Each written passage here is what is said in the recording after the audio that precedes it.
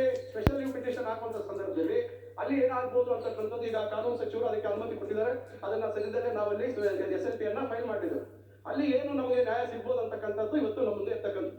ಅದು ಬಿಟ್ಟು ನಾವೇನಾದ್ರೂ ಬೇರೆ ಏನೇ ಕಾನೂನು ಮಾಡಿದ್ರು ಕೂಡ ಇವತ್ತು ನ್ಯಾಯಾಲಯದ ಮುಂದೆ ಹೋದಂತ ಸಂದರ್ಭದಲ್ಲಿ, ಯಾಕಂದ್ರೆ UGC ಕ್ವಾಲಿಫೈಡ್ ಇರ್ತಕ್ಕಂಥವ್ರು ಬಹಳ ಪ್ರಬಲವಾಗಿ ಅವರು ನ್ಯಾಯಾಲಯದಲ್ಲಿ ಇದನ್ನ ಪ್ರಶ್ನೆ ಮಾಡ್ತಕ್ಕಂಥದ್ದಾಗ್ತಾ ಇದೆ, ಇದಕ್ಕೆ ವಿರೋಧ ಮಾಡುವಂತದ್ದಾಗ್ತಾ ಇದೆ. ನಾನು ತಮ್ಮ ಗಮನಕ್ಕೆ ತರ್ತಕ್ಕಂಥದ್ದು ನಿರಂತರವಾಗಿ ಇವತ್ತು ತಾವೆಲ್ಲ ವ್ಯಕ್ತಪಡಿಸಿದಂತ ಭಾವನೆಗಳ ಆಧಾರದ ಮೇಲೆ ನಾನು ಈ ನಿಲುವನ್ನು ತೆಗೆದುಕೊಂಡಿದ್ದಕ್ಕೆ ನಾನು ಪಟ್ಟಂತ ನೋವು ನನಗೆ ಬಂದಿದೆ. ನನ್ನನ್ನ ಯಾವ್ಯಾವ ರೀತಿ ಬೈದ್ರು, ಏನೇನೆಲ್ಲ ಮಾಡಿದ ಕಡೆಗೆ ನನ್ನನ್ನ ನಮ್ಮ ಇಲಾಖೆ ಆಯುಕ್ತರನ್ನ ಎಲ್ಲರನ್ನು ಗಲಗೆತ್ತಿದ್ದು ಆಯ್ತು. ಇವೆಲ್ಲ ಆಯ್ತು. ಯಾಕಂದ್ರೆ ನಾನು ಯಾಕೆ ಹೇಳ್ತಾ ಇದ್ದೀನಿ ಅಂದ್ರೆ, ಇವತ್ತು ತಮ್ಮ ಕಳಕಳಿ ಏನಿತ್ತು ಆ ಕಳಕಳಿಯಿಂದಲೇ ನಾವು ಇಷ್ಟೆಲ್ಲ ಅವರಿಗಾಗಿ ಹೋರಾಟವನ್ನ, ಒಂದು ಸರ್ಕಾರದ ಜವಾಬ್ದಾರಿ ಇದೆ.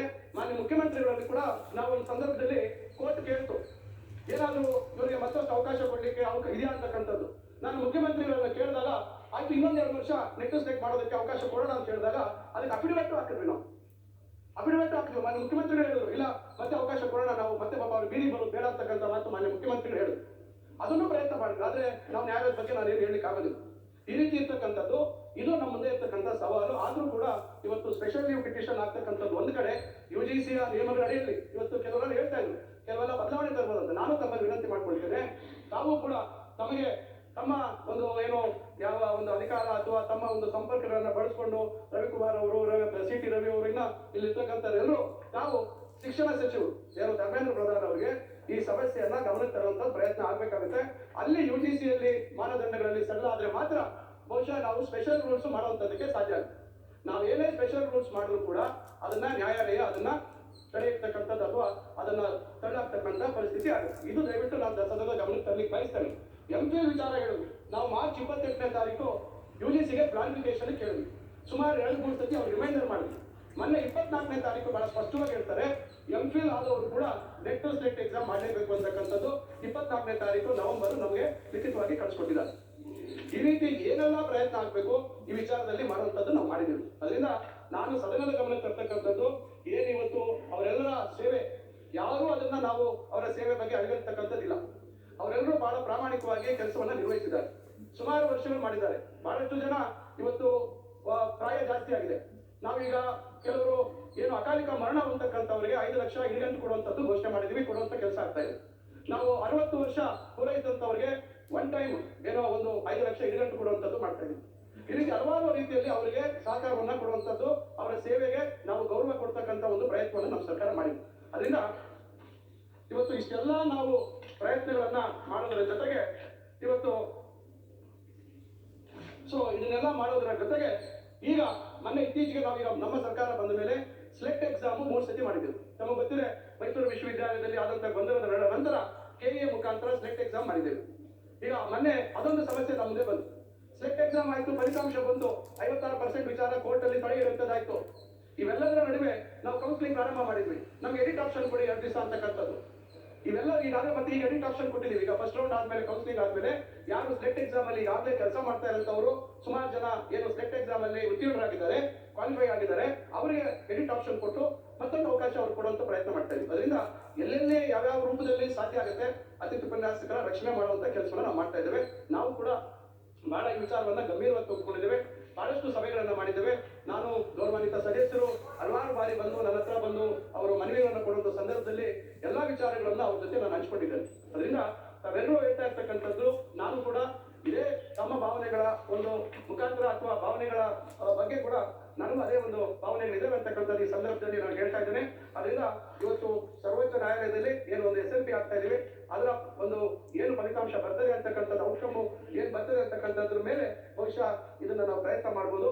ನಾನು ಮತ್ತೊಮ್ಮೆ ತಮ್ಮಲ್ಲಿ ವಿನಂತಿ ಮಾಡ್ಕೊಡ್ತೇನೆ, UGC ಏನು ಒಂದು ಮುಖಾಂತರ ಏನಾದ್ರು ಈ ರೀತಿ ನಮ್ಮ ಉದ್ದೇಶ ಎಷ್ಟೇ ಇದ್ದು ಈಗ ಏನು ಆಗಲೇ CT ರವಿ ಅವರು ಹೇಳ್ತಾ ಇದ್ರು, ಬಹುಶಃ ಏನು ಇದುವರೆಗೂ ಕೆಲಸ ಮಾಡ್ತಾ ಇದ್ದಾರೆ ಅವರಿಗೆ ಅದನ್ನ ಅನ್ವಯಿಸೋದು ಬೇಡ.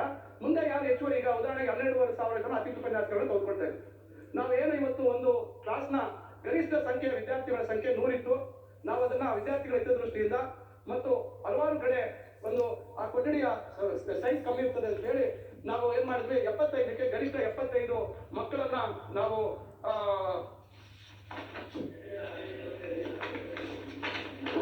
ಕನ್ಫ್ಯೂಷನ್. ಈಗ ಇಲ್ಲ ಇಲ್ಲಿ ಒಂದು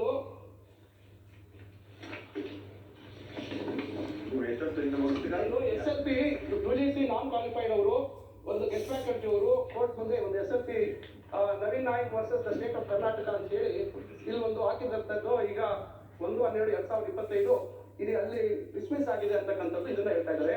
ಅದರಿಂದ ನಾನು ಈಗ ಅದು ಬೇರೆ ವಿಚಾರದಲ್ಲಿ ಆಗಿರುವಂಥದ್ದು ನಾವು ಹಾಕ್ತಾ ಇದೀವಿ, ನಾವು ಅದನ್ನ ಹಾಕ್ತಾ ಇದೀವಿ. ಅದರಿಂದ ಇವತ್ತು ಈ ಎಲ್ಲ ಪ್ರಯತ್ನಗಳನ್ನ ನಾವು ಮಾಡ್ತಾ ಇದ್ದೀವಿ. ಅದರಿಂದ ನಾನು ಗೌರವಾನ್ವಿತ ಸದಸ್ಯರಿಗೆ ಹೇಳ್ತಕ್ಕಂಥದ್ದು, ಆತ್ಮೀಯ ಅತಿಥಿ ಉಪನ್ಯಾಸಕ ಮಿತ್ರರೇ, ಇದುವರೆಗೂ ಕೂಡ ನೀವು ವಿಡಿಯೋದಲ್ಲಿ ಸ್ಪಷ್ಟವಾಗಿ ನೋಡಿದರೆ ಬೆಳಗಾವಿ ಅಧಿವೇಶನದಲ್ಲಿ ನಿರರ್ಗಳವಾಗಿ ಅತಿಥಿ ಉಪನ್ಯಾಸಕರ ಬಗ್ಗೆ ಉನ್ನತ ಶಿಕ್ಷಣ ಸಚಿವರು ಮಾತನಾಡಿರ್ತಕ್ಕಂಥದ್ದು.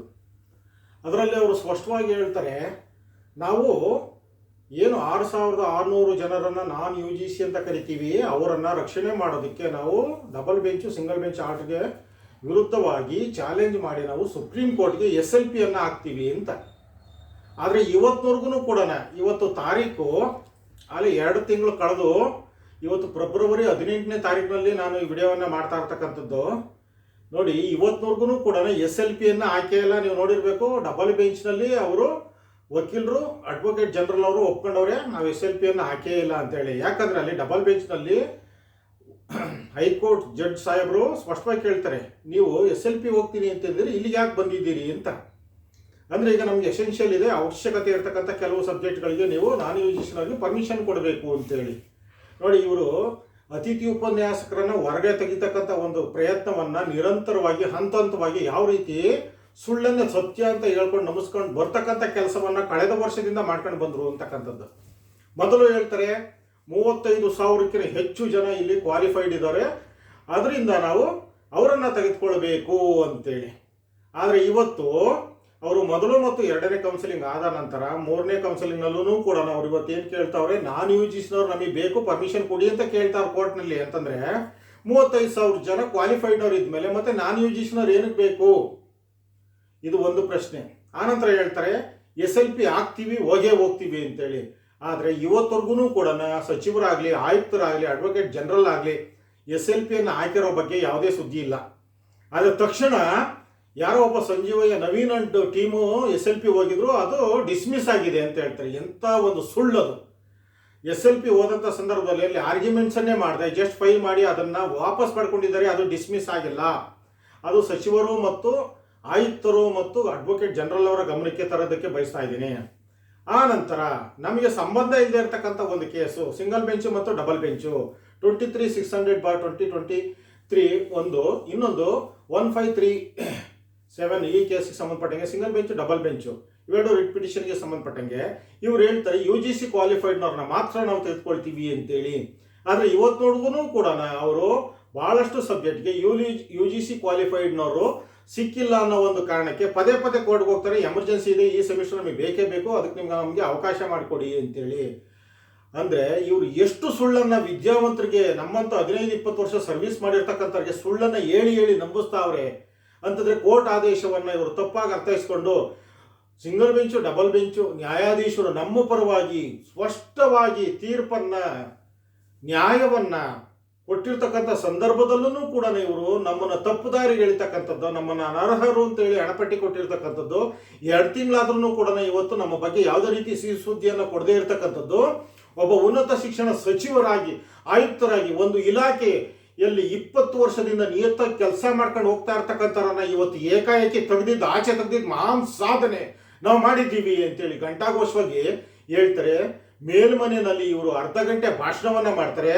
CTA ರವಿ ಅವರಾಗಿರ್ಬೋದು, ಬಸವರಾಜ್ ಹೊರಟ್ಟಿ ಸಾಹೇಬರಾಗಿರ್ಬೋದು, ಇನ್ನಿತರ ಮೇಲ್ಮನೆ ಸದಸ್ಯರೆಲ್ಲರೂ ಕೂಡ ಸ್ಪಷ್ಟವಾಗಿ ಹೇಳ್ತಾರೆ, 20 ವರ್ಷದಿಂದ ಇವರನ್ನು ನೀವು ತೆಗೆದುಕೊಳ್ಬೇಕಾದ್ರೆ ಅವತ್ತು ಯಾಕೆ ನೀವು UGC ಗೈಡ್ಲೈನ್ಸ್ ಅನ್ನು ಕೇಳಲಿಲ್ಲ, ಇದನ್ನು ಅವ್ರಿಗೆ ಅಪ್ಲೈ ಮಾಡಬೇಡಿ, ಇನ್ನು ಮುಂದಕ್ಕೆ ಹೊಸದಾಗಿ ಅಪ್ಲೈ ಮಾಡಿ ಅಂತ ಕೋರ್ಟ್ ತೀರ್ಪಿನಲ್ಲೂ ಕೂಡ ಇದೇ ಹೇಳಿದೆ. 2025-26ನೇ ಸಾಲಿಗೆ ಮಾತ್ರ ನೀವು UGC ನಿಯಮಾವಳಿಯನ್ನು ಪಾಲನೆ ಮಾಡಿ ಅಂತ. ಕೇವಲ ನಿಟ್ಟುಸಿಟ್ಟು PhD ಮಾತ್ರ ಅಲ್ಲ, ಇಲ್ಲಿ ಎಲ್ಲ ನಿಯಮಗಳನ್ನು ಸರ್ಕಾರಿ, ಖಾಸಗಿ, ಅರೆ ಖಾಸಗಿ ಹಾಗೂ ಡೀಮ್ಡ್ ವಿಶ್ವವಿದ್ಯಾನಿಲಯಗಳ ಎಲ್ಲ ಕಡೆಯೂ ಕೂಡ ಇದನ್ನು ನಿಯಮಗಳನ್ನು ಪಾಲನೆ ಮಾಡಬೇಕು. ಇನ್ಕ್ಲೂಡಿಂಗು ವಿಶ್ವವಿದ್ಯಾನಿಲಯಗಳು ಮತ್ತು ಸರ್ಕಾರಿ ಪದವಿ ಕಾಲೇಜುಗಳಲ್ಲಿ ಇರ್ತಕ್ಕಂಥ ಕಾಯಂ ಉಪನ್ಯಾಸಕರಿಗೂ ಇದನ್ನು ಅಪ್ಲೈ ಮಾಡಬೇಕು. ಮಾಡಿದಾರಾ? ಇಲ್ಲ.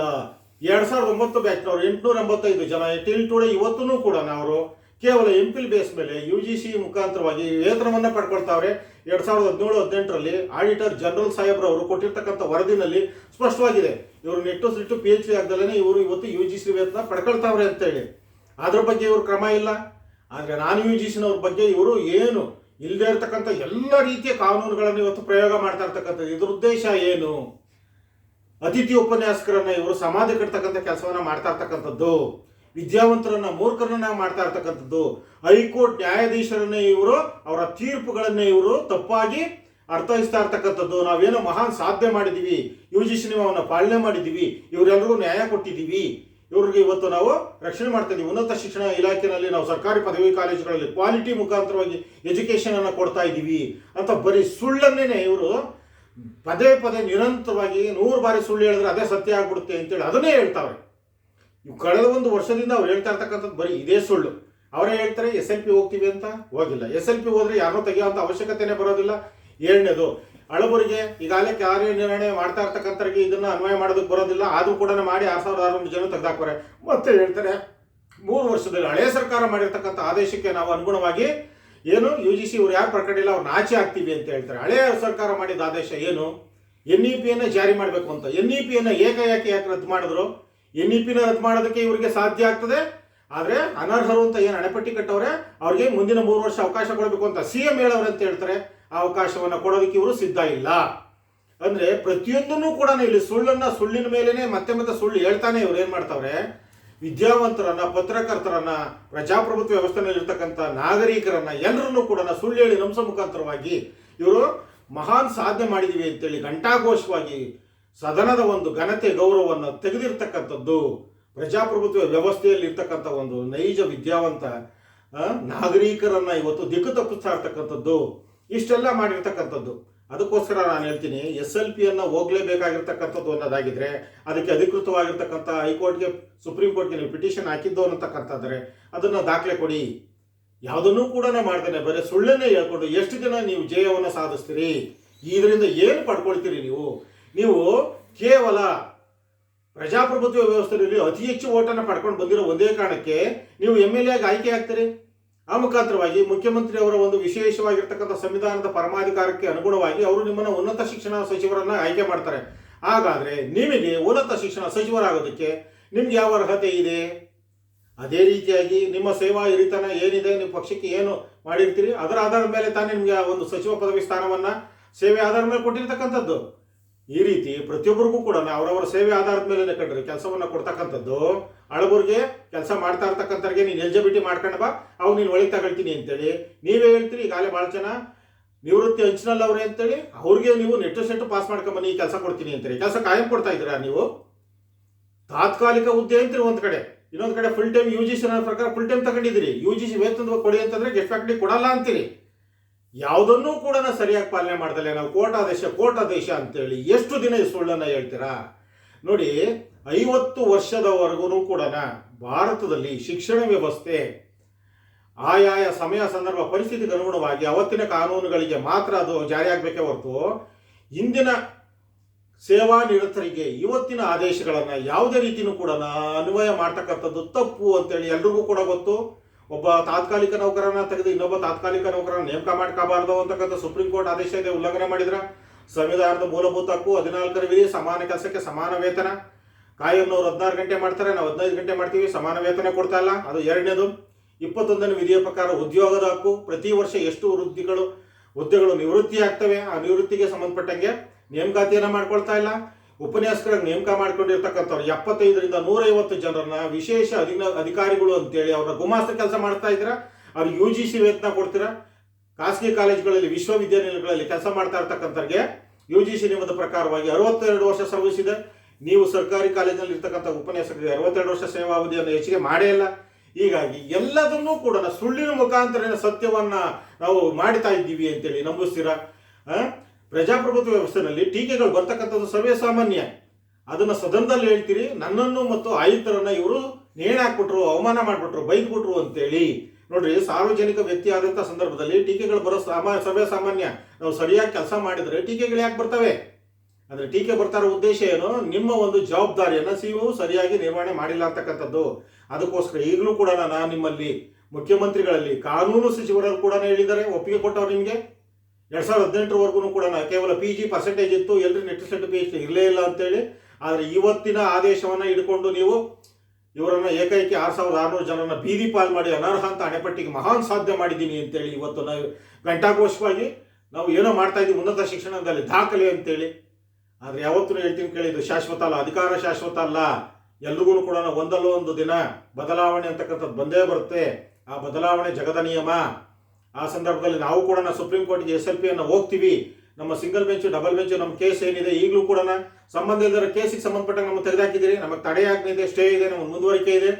ಆದರೂ ಕೂಡ ನ್ಯಾಯಾಧೀಶರನ್ನ ಪರವಾಗಿದ್ರು ಇವತ್ತು 3 ನ್ಯಾಯಾಧೀಶರ ಮೇಲೆ ಸರ್ಕಾರ ಒತ್ತಡವನ್ನು ಹಾಕಿರೋ ಕಾರಣಕ್ಕೋಸ್ಕರ ನ್ಯಾಯಾಧೀಶರುಗಳು ನಮ್ಮ ಪರವಾಗಿ ಯಾವುದೇ ರೀತಿಯಾಗಿರ್ತಕ್ಕಂತಹ ಆರ್ಗ್ಯುಮೆಂಟ್ಸ್ಗೆ ಅವಕಾಶವನ್ನ ಕೊಡದೆ ಏಕಾಏಕಿ ನೀವು KTಗೆ ಹೋಗಿ ಅಂತ ಹೇಳ್ತಾರೆ. KT ಕಳಿಸ್ಬೇಕು ಅಂತಂದ್ರೆ ನಾವು ಹಾಲಿ ಅತಿಥಿ ಉಪನ್ಯಾಸಕರ ಸೇವೆನಲ್ಲಿ ಕಾರ್ಯನಿರ್ವಹಣೆ ಮಾಡ್ತಾ ಇರಬೇಕು. ಕೇಸ್ ಈಗಾಗಲೇ ನಮ್ದು ಮುಂದುವರಿಕೆ ಬಂದು ಅಬ್ಜೆಕ್ಷನ್ಗೆ ಬಂದು ಆರ್ಗ್ಯುಮೆಂಟ್ಸ್ಗೆ ಬಂದಂಥ ಸಂದರ್ಭದಲ್ಲಿ ಇವತ್ತು ನ್ಯಾಯಾಧೀಶರು ಹೇಳ್ತಾರೆ ನೀವು KTಗೆ ರೆಫರ್ ಮಾಡ್ತೀನಿ ಅಂತೇಳಿ. ಅಂದರೆ ಇದ್ರ ಉದ್ದೇಶ ಏನು? ನ್ಯಾಯಾಧೀಶರನ್ನೂ ಕೂಡ ಇವರು ಒತ್ತಡವನ್ನು ಹಾಕಿ ಇವತ್ತು ಅವರು ಪಕ್ಷಪಾತವಿಲ್ಲದೆ ನಿರ್ಭೀತಿಯಿಂದ ಒಂದು ತೀರ್ಪನ್ನ ಕೊಡೋದಕ್ಕೆ ಸಾಧ್ಯ ಆಗದೆ ಇರತಕ್ಕಂಥ ಪರಿಸ್ಥಿತಿಯನ್ನು, ವಾತಾವರಣವನ್ನು ಕರ್ನಾಟಕದಲ್ಲಿ ಈ ಸರ್ಕಾರ ನಿರ್ಮಾಣ ಮಾಡಿದೆ ಅಂತಂದ್ರೆ ಇನ್ನು ಯಾವ ರೀತಿ ಇಲ್ಲಿ ಭ್ರಷ್ಟಾಚಾರ ಅಂತಕ್ಕಂಥದ್ದು ನಡೀತಾ ಇದೆ. ದಯವಿಟ್ಟು ಎಲ್ಲರೂ ಕೂಡ ಇದನ್ನ ಪ್ರಜಾ ನ್ಯಾಯಾಂಗ ವ್ಯವಸ್ಥೆಯಲ್ಲಿ ಪತ್ರಿಕಾ ರಂಗ ಆಗಿರ್ಬೋದು, ಸಮೂಹ ಮಾಧ್ಯಮಗಳಾಗಿರ್ಬೋದು, ಜನತಾ ನ್ಯಾಯಾಲಯ ಆಗಿರ್ಬೋದು, ಎಲ್ಲರೂ ಕೂಡ ವಿರೋಧ ಪಕ್ಷಗಳಾಗಿರ್ಬೋದು, ಇದನ್ನೆಲ್ಲ ಗಮನಕ್ಕೆ ತೆಗೆದುಕೊಂಡು ದಯವಿಟ್ಟು ಸಾವಿನ ಕದವನ್ನು ತಟ್ತಾ ಇರ್ತಕ್ಕಂಥ ಹಿರಿಯ ಅತಿಥಿ ಉಪನ್ಯಾಸಕರನ್ನ ಅನರ್ಹ ಅಂತ ಏನು ಹಣಪಟ್ಟಿ ಕಟ್ಟಿದ್ರೆ ಅದನ್ನು ತಕ್ಷಣ ಕಳಚಾಕಿ ಅವರ ತಕ್ಷಣ ಸೇವೆಗೆ ತೆಗೆದುಕೊಳ್ಳಿ. ಹೊಸಬರಿಗೆ ಮಾತ್ರ ಈ ಕಾಯ್ದೆಯನ್ನು ಅನ್ವಯ ಮಾಡಿ, ಅವ್ರಿಗೆ ಮಾತ್ರ ಇದನ್ನು ಅಪ್ಲೈ ಮಾಡಿ ಅಂತಕ್ಕಂಥದ್ದು ನನ್ನ ವಿಶೇಷ ಮನವಿ, ಬೇಡಿಕೆ. ನಾನು ಉನ್ನತ ಶಿಕ್ಷಣ ಸಚಿವರಾಗಿರ್ಬೋದು, ಮುಖ್ಯಮಂತ್ರಿ ಆಗಿರ್ಬೋದು, ಕಾನೂನು ಸಚಿವರಾಗಿರ್ಬೋದು, ಆಯುಕ್ತರಾಗಿರ್ಬೋದು, ಎಲ್ಲರಲ್ಲೂ ಕೇಳ್ತಕ್ಕಂಥದ್ದು ಒಂದೇ, ನಾನು ತಪ್ಪು ಮಾತಾಡಿದರೆ ಕ್ಷಮೆ ಇರಲಿ. ಯಾಕಂದರೆ ಈ ವ್ಯವಸ್ಥೆಯಲ್ಲಿ ಪ್ರಜಾಪ್ರಭುತ್ವದಲ್ಲಿ ನಮಗೆ ಹೋರಾಟ ಮಾಡೋದಕ್ಕೆ ಅವಕಾಶ ಕೊಡ್ತಾ ಇಲ್ಲ. ನ್ಯಾಯಾಂಗದಲ್ಲಿದ್ದಂಥ ಸಂದರ್ಭದಲ್ಲಿ ನಮ್ಮ ಸ್ಟೇಗೆ ನೀವು ಬೆಲೆಯನ್ನು ಕೊಡ್ತಾ ಇಲ್ಲ. ಎಲ್ಲ ರೀತಿಯೂ ಕೂಡ ನಮ್ಮನ್ನು ತುಳಿತಕ್ಕಂಥ ಕೆಲಸವನ್ನು ನೀವು ಮಾಡ್ತಾ ಇರೋ ಒಂದು ಕಾರಣಕ್ಕೋಸ್ಕರ ನಾನಿವತ್ತು ಜನತಾ ನ್ಯಾಯಾಲಯದ ಮುಂದೆ ನಿರಂತರವಾಗಿ ನನ್ನ ಮನವಿಯನ್ನು, ಬೇಡಿಕೆಯನ್ನು, ವಿನಮ್ರತೆಯನ್ನು ನಾನು ಈ ಮುಖಾಂತರವಾಗಿ ಸಲ್ಲಿಸ್ತಾನೆ ಹೋಗ್ತೀನಿ. ನಾನು ಸಾಯೋವರೆಗೂ ಕೂಡ ಈ ಕೆಲಸವನ್ನು ಮಾಡ್ತಾನೆ ಹೋಗ್ತೀನಿ. ನೀವು ನನ್ನ ಜೈಲಿಗೆ ಹಾಕಿದ್ರೂ ಕೂಡ ಚಿಂತೆ ಇಲ್ಲ. ನಾನು ಅನರ್ಹ ಅಂತ ಹಣೆಪಟ್ಟಿ ಕಟ್ಟಿಕೊಂಡು ನಾನು ಬದುಕೋದಕ್ಕೆ ಸಾಧ್ಯ ಇಲ್ಲದೆ ಇರ್ತಕ್ಕಂಥದ್ದು. ಅದಕ್ಕೋಸ್ಕರ ದಯವಿಟ್ಟು ಮತ್ತೆ ನಿಮ್ಗೆ ಗಮನಕ್ಕೆ ತರ್ತಕ್ಕಂಥದ್ದು, ಆದಷ್ಟು 6600 ಜನ ಅತಿಥಿ ಉಪನ್ಯಾಸಕರು ಸರ್ಕಾರಿ ಪದವಿ ಕಾಲೇಜಿನಲ್ಲಿ ಇರ್ತಕ್ಕಂಥವ್ರು ಈಗೇನು ಆಚೆ ಹಾಕಿದ್ದೀರ ನೀವು ಅವರನ್ನು ತಕ್ಷಣ ಯಾವುದೇ ರೀತಿ ಈ ಕಾನೂನಿಗೆ ಸಂಬಂಧಪಟ್ಟಂಗೆ ನೀವು ಅದನ್ನು ಅಪ್ಲೈ ಮಾಡ್ದಲೇ ಒಳಗೆ ತೆಗೆದುಕೊಳ್ತಕ್ಕಂಥದ್ದು ಒಳ್ಳೆಯದು. ಅದನ್ನು ಮತ್ತೊಮ್ಮೆ ಆಲೋಚನೆ ಮಾಡಿ, ವಿಮರ್ಶೆ ಮಾಡಿ, ಚಿಂತೆ ಮಾಡಿ, ಪರಿಶೀಲನೆ ಮಾಡಿ. ನ್ಯಾಯ ಅಂತಕ್ಕಂಥದ್ದು ಏನಿದೆ, ನ್ಯಾಯಾಧೀಶರು ಏನು ನಮ್ಮ ಪರವಾಗಿ ತೀರ್ಪನ್ನು ಕೊಟ್ಟರು ಅದನ್ನು ಪಾಲನೆ ಮಾಡ್ತೀವಿ ಅನ್ನೋದಾದ್ರು ಖಂಡಿತವಾಗ್ಲೂ ಪಾಲನೆ ಮಾಡಿ. ಅದು ಬಿಟ್ಬಿಟ್ಟು ನೀವೇ ಸರ್ಕಾರವನ್ನು ಪಾಲಿಸಿ ಮಾಡ್ತಾರೆ, ಅದನ್ನಾದರೂ ಮಾಡಿ. ಯಾವುದನ್ನೂ ಮಾಡ್ದಲೇನೆ ಸುಮ್ಮನೆ ಸುಳ್ಳು ಹೇಳ್ಕೊಂಡು ಸದನದಲ್ಲೇ ಸುಳ್ಳು ಹೇಳ್ಕೊಂಡು ಬರ್ತಕ್ಕಂಥದ್ದು ನಿಮಗೆ, ನಿಮ್ಮ ಸ್ಥಾನಕ್ಕೆ, ನಿಮ್ಮ ಘನತೆಗೆ, ನಿಮ್ಮ ಗೌರವಕ್ಕೆ ಈ ವ್ಯವಸ್ಥೆನಲ್ಲಿ ಖಂಡಿತ ಒಳ್ಳೆಯದಲ್ಲ ಅಂತಕ್ಕಂಥದ್ದು. ತಪ್ಪಿದ್ರೆ ಎಲ್ಲರಲ್ಲೂ ಕೂಡ ಮತ್ತೊಮ್ಮೆ ನಾನು ಕ್ಷಮೆಯನ್ನು ಕೋರ್ತೇನೆ. ದಯವಿಟ್ಟು ನ್ಯಾಯವನ್ನು ಕೊಡಿ ಅತಿಥಿ ಉಪನ್ಯಾಸಕರಿಗೆ. ಜೈ ಅತಿಥಿ ದೈವೋ ಭವ.